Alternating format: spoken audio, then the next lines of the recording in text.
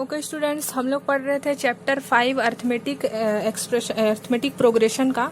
ठीक है, जिसमें से हम लोग एक्सरसाइज 5.3 का एक वीडियो में क्वेश्चन नंबर 1 से 3 तक कंप्लीट किए और उसी के दूसरे वीडियो में 4 से 10 तक कंप्लीट किए। आज हम लोग 11 से स्टार्ट करेंगे। ठीक है, तो 11 नंबर देख लेते हैं। If the sum of first n term of n, यहाँ तक 10 तक कंप्लीट हो गया। अगर नहीं देखे हो तो प्लेलिस्ट में आप लोग देख सकते हो।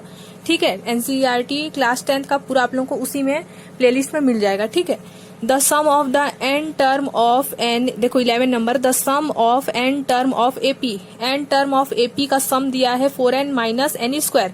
What is the first term? First term that is S1, first term S1 हो गया। What is the sum of first two term? What is the second term? Second term मतलब S2। Similarly find third and 10th term of nth term. हम लोग को nth term सबसे पहले find करना है, दिया हुआ है 4n माइनस एन स्क्वायर।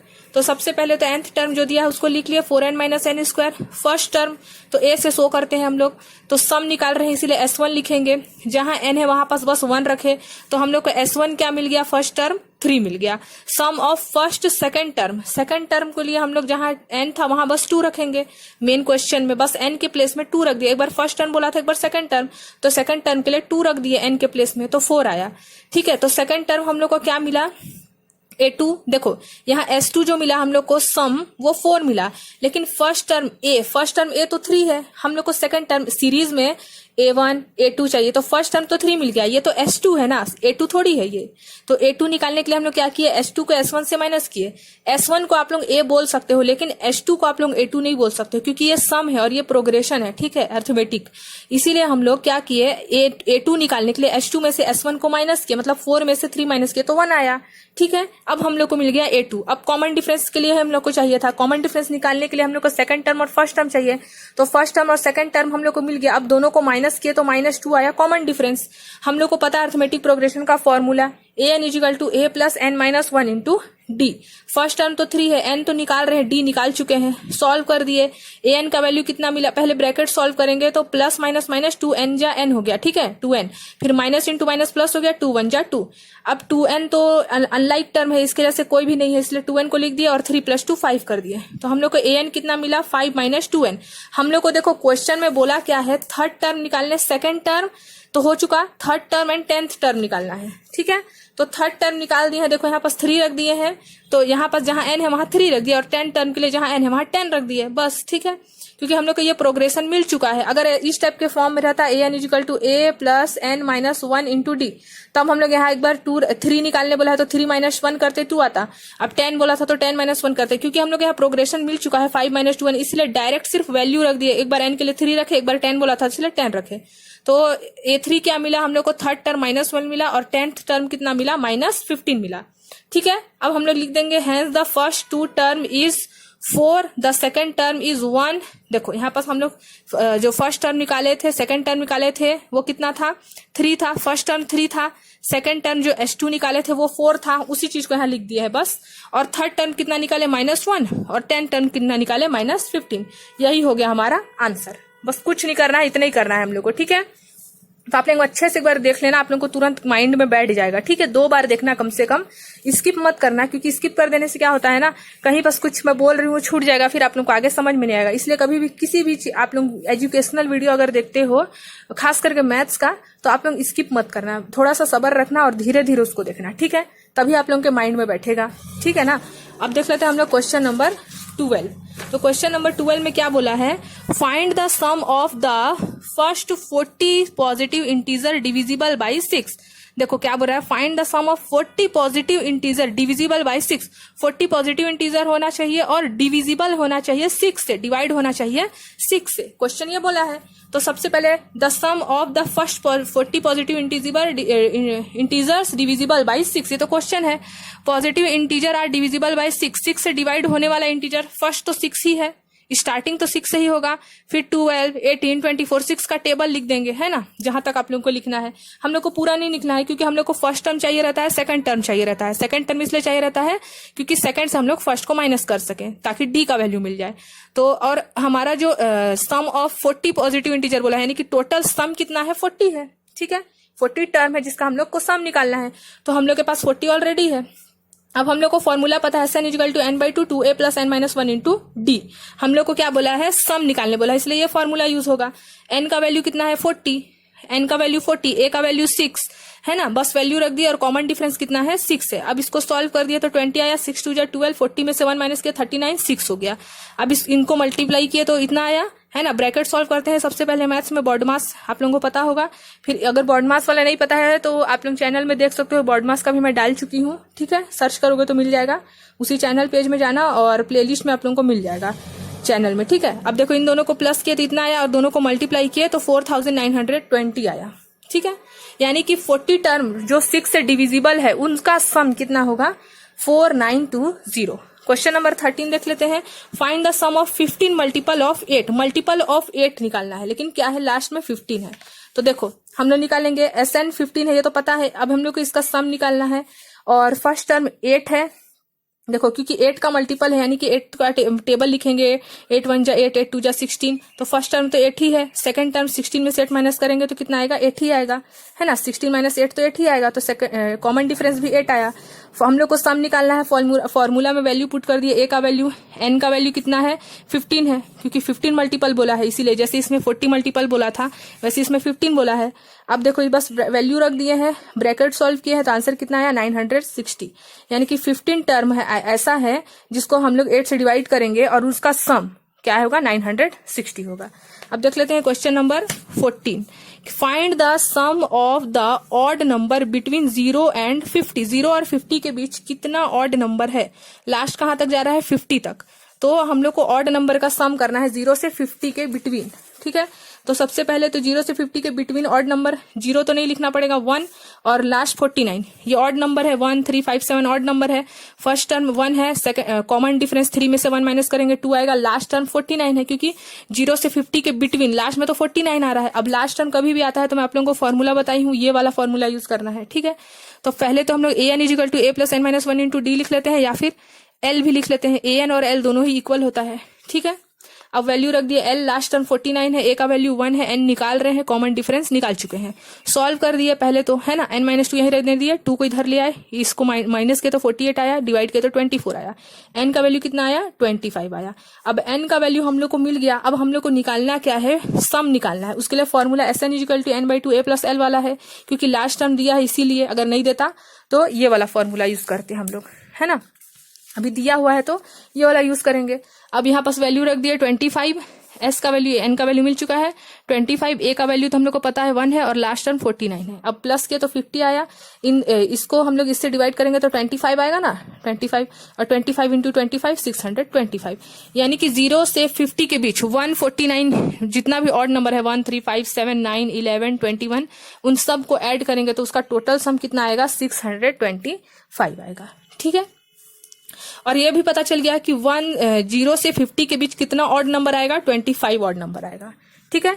अब देख लेते हैं हम लोग क्वेश्चन नंबर 50।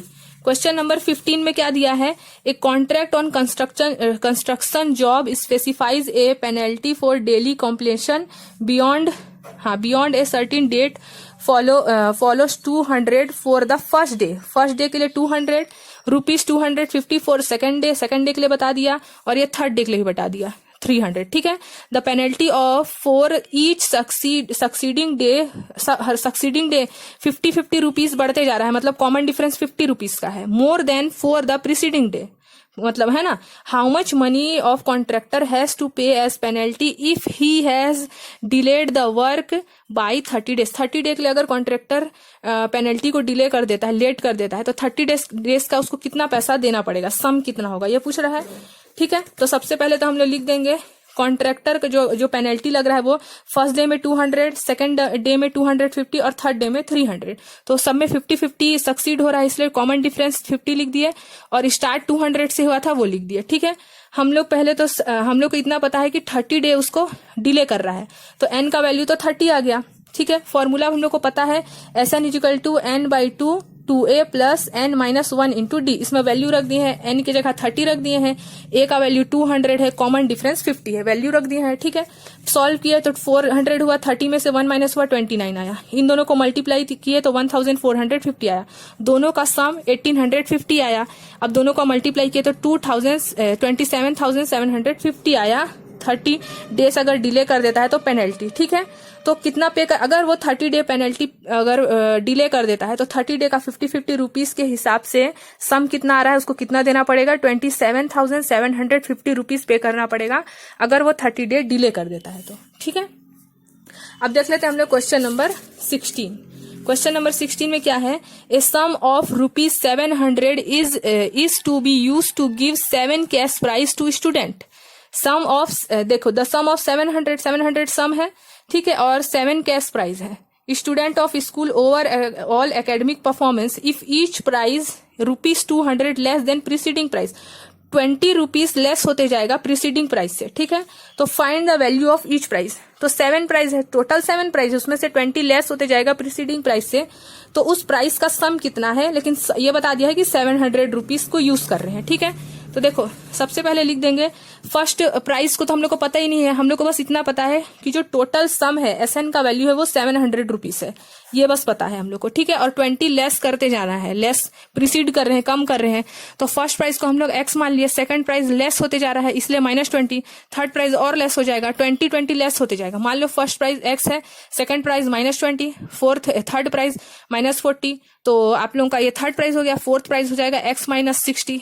ठीक है, 20 इसमें ऐड होते जाएगा लेकिन माइनस भी होते जाएगा, देख लो यहाँ माइनस है, तो वैसे 60, 80, 100 ऐसे माइनस होते जाएगा 7 टाइम्स, क्योंकि 7 प्राइस है यहाँ पास, देखो यहाँ पास 7 कैश प्राइस है इसीलिए। ठीक है, तो इतना लिख लिया हम लोग को। कॉमन डिफरेंस तो पता है -20 का ही आ रहा है क्योंकि हम लोग -20 कर रहे हैं। ठीक है, और फर्स्ट टर्म तो ए का वैल्यू एक्स है और 7 प्राइस टोटल 700 है। पहले तो फॉर्मूला लिख लिया, वैल्यू पुट कर दिया, एन का वैल्यू हम लोग को पता है 700 है, एन का वैल्यू 7 है क्योंकि नंबर ऑफ कैश प्राइस कितना है 7 है, और यहाँ पास 2a, ए का वैल्यू तो एक्स है, अगर ए का वैल्यू आप लोग एक्स नहीं भी लिखते हो तो भी चलेगा, है ना। ए को अगर एक्स नहीं भी लिखते हो, मान लो फर्स्ट प्राइस को ए ही मान लेते हो तो यहाँ ए भी रख सकते हो। ठीक है, ऐसे भी रख सकते हो, एक्स को नहीं रख के डायरेक्ट ए भी रख सकते हो, और एन का वैल्यू 7 है, कॉमन डिफरेंस -20 है। ठीक है, तो हम लोग इतना करने के बाद देखो वैल्यू रख दिए हैं, अभी डी का वैल्यू नहीं रखे हैं, लास्ट में यहाँ पास रख दिए हैं, कोई दिक्कत नहीं है, आप लोग यहाँ भी रख सकते हो। अब इसको पहले सॉल्व कर दिए तो 100 आया, 2a माइनस यहाँ पास देखो यहाँ मैं a ही रखी हूँ, x नहीं रखी हूँ। ठीक है, अगर x रखोगे तो भी कोई प्रॉब्लम नहीं है, या फिर डायरेक्ट a ही रखो क्योंकि फर्स्ट टर्म a होता है ना। अब देखो इन लोग को मल्टीप्लाई किए हैं पहले तो 120 आया, प्लस माइनस माइनस हुआ। अब देखो यहाँ पास हम लोग यहाँ पास 2a है, यहाँ -120 है और यहाँ 100 है। अब इसको सॉल्व कर दिए हैं बस, और कुछ नहीं किए हैं। यहाँ से 2 को कॉमन ले सकते हैं, ये देखो यहाँ पास 2a है और यहाँ 120 है, तो हमने 2 को कॉमन ले लिए तो क्या बचा यहाँ a माइनस क्या बचा यहाँ पास 60, क्योंकि 60 2 जा 120 होगा और नीचे इधर 1/2 है, 2 से 2 डिवाइड हुआ तो a माइनस 60 आया ना, ये वाला। ठीक है, 2 कैंसिल हो गया, समझ गए कैसे हुआ।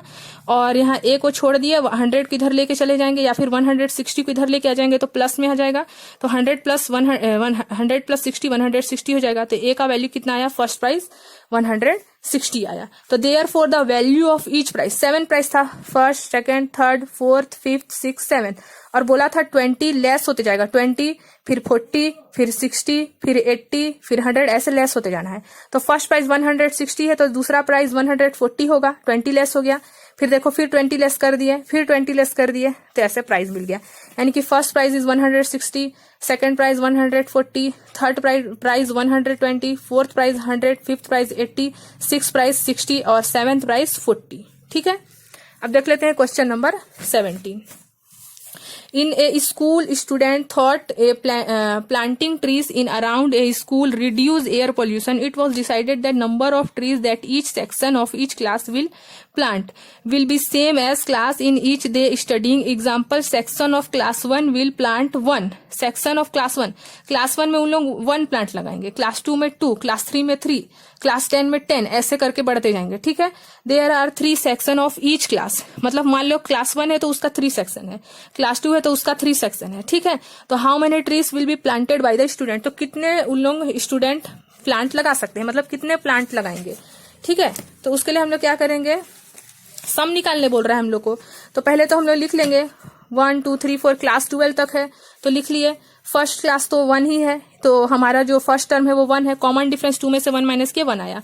फॉर्मूला में वैल्यू पुट कर दिए, n का वैल्यू 12 है क्योंकि टोटल नंबर 12 क्लासेस हैं, है ना, और फर्स्ट टर्म a है, n का वैल्यू 12 है, d भी निकाल चुके हैं। सॉल्व किए तो s का वैल्यू कितना आया, मतलब S12 का वैल्यू कितना आया, 78 प्लांट आ रहा है। ठीक है, अब 3 सेक्शन था क्योंकि ये तो एक सेक्शन के हिसाब से निकाले हैं। अब 3 सेक्शन है हर क्लास का। क्लास 1 का 3 सेक्शन है ABC, क्लास 2 का 3 सेक्शन है ABC, तो 3 से मल्टीप्लाई भी करेंगे तभी तो पता चलेगा ना टोटल नंबर ऑफ प्लांट। तो हम लोग यहाँ लिख देंगे क्योंकि 3 सेक्शन है इसीलिए हम लोग 78 को 3 से मल्टीप्लाई कर दिए। तो यानी कि जो स्टूडेंट है उन लोग 1 से क्लास 12 तक उन लोग टोटल नंबर ऑफ प्लांट कितने लगाए, 234।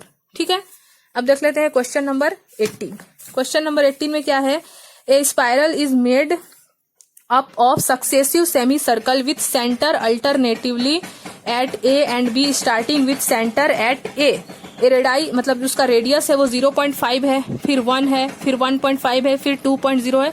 जैसे एक रेडियस है, एक सर्कल है, फिर एक बाहर में और सर्कल है, फिर सर्कल है, फिर सर्कल है, ऐसे करके बढ़ते जा रहा है। ठीक है, स्पाइरल समझ रहे हो ना, ऐसे रहता है, ऐसे छोटा से बढ़ते जाता है, ऐसे ऐसे। देखो मैं बता रही हूँ, यहाँ पास जो हमारा स्पाइरल है वो किस टाइप का रहता है, ऐसे ऐसे ऐसे बढ़ते जाएगा। तो अंदर वाला जो सबसे है उसका रेडियस है 0.5, फिर बाहर वाले का 1, फिर उससे बाहर वाले का 1.5, फिर उससे बाहर वाले का 2। तो 0.5 रेडियस बढ़ते जाएगा, बढ़ेगा ही, वो तो दिख ही रहा है ना। तो उसके बाद हम लोग को करना क्या है, यहाँ पास बोल रहा है कि what is the total length of such spiral made up of 13 consecutive semi circle. अगर 13 कॉन्जिकेटिव सेमी सर्कल है, 13 सर्कल्स है, राउंड है, और पाई का वैल्यू बता दिया है 22/7 लेना है हम लोग को। ठीक है, यहाँ पास हमारा ये देखो स्पाइरल बना दिया है। ठीक है, यहाँ पास अब तो हम लोग को इसको देखो यहाँ पास बता दिया है लेंथ L1 L2 L3 लेने के लिए, सेंटर A B ऐसे लेने के लिए। ठीक है, तो हम लोग इसको देखो कैसे सॉल्व करेंगे, बहुत ईजी है, बस थोड़ा क्वेश्चन लग रहा है बहुत बड़ा, लेकिन बहुत ईजी है ना। देखो पहले तो फर्स्ट सेकंड निकालना है हम लोग को, पाई लिखना पड़ेगा क्योंकि टेकिंग पाई बोला है ना। सेमी सर्कल का हम लोग को पता है, एरिया ऑफ सेमी सर्कल क्या होता है, पाई आर। ठीक है, सेमी सर्कल, और एरिया ऑफ सर्कल होता तो पाई आर स्क्वायर। अब सेमी सर्कल है इसलिए पाई आर, सेमी सर्कल मतलब हाफ सर्कल। ठीक है, तो देखो पाई 0.5, 1, 1.5, ये तो क्वेश्चन में ही बोला था हम लोग को, तो इसको लिख सकते हैं ना पाई/2, क्योंकि 0.5 हाफ होता है, ये 1 तो कंप्लीट है, तो यहाँ 1 लिखने का कोई जरूरत नहीं है, नीचे 1 लिखोगे तो कोई मतलब नहीं है। और 1.5 3/2 होता है ना। देखो 0.5 हाफ, 1 तो 1 ही होता है, 1.5 3/2 उससे भी कम, फिर 2 होता तो नीचे यहाँ 2 पाई हो जाता, फिर 4.5 होता तो यहाँ 1.5 है, फिर मान लो यहाँ पास 2 होता तो यहाँ 2 आ जाता, फिर मान लो 2.5 होता तो यहाँ पास 2/3, इस टाइप से बढ़ते जाते। तो अभी तो हम लोग इतने ही का काम है, तो हमने यहाँ तक लिख लिए। ठीक है, अब इसके बाद हम लोग क्या करेंगे, देखो I1 I2 I3 हम लोग को मिल चुका है value. The length of semi circle, length कितना मिला, पाई/2, पाई/2, पाई, 3π/2, 2 पाई, ऐसे बढ़ते जाएगा। तो फर्स्ट टर्म तो पाई/2 है, कॉमन डिफरेंस पाई में से पाई/2 को माइनस किए, इसके नीचे 1 लिए, 2 और 1 का एलसीएम 2 आया, 2 से 1 को डिवाइड किए तो 2 आएगा। ठीक है, फिर माइनस 2 से 2 को डिवाइड करेंगे तो 1 आएगा, है ना, यहाँ पाई। तो यहाँ पास हमारा वैल्यू कितना आएगा, पाई में से 2 पाई में से पाई माइनस करेंगे तो पाई आएगा, तो इन दोनों को माइनस करेंगे तो क्या आएगा, कॉमन डिफरेंस पाई/2 आएगा।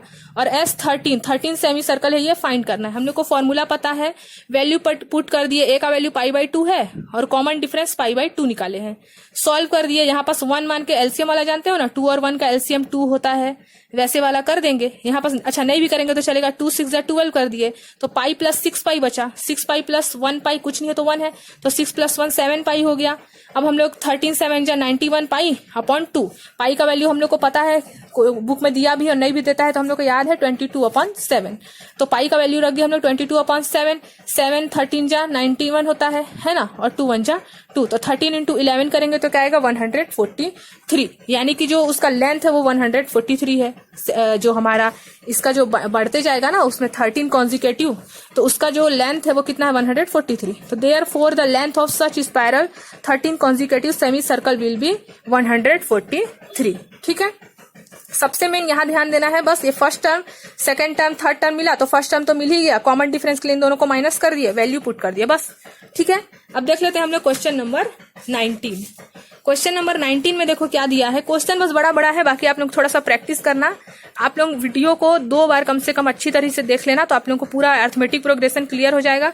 और अर्थमेटिक प्रोग्रेशन बहुत बहुत ही इंपॉर्टेंट चैप्टर है। अगर आप लोग आगे मैथ्स लेने वाले हो 11th में, तब तो आप लोगों के अर्थमेटिक प्रोग्रेशन बहुत ही इंपॉर्टेंट चैप्टर है, ठीक है।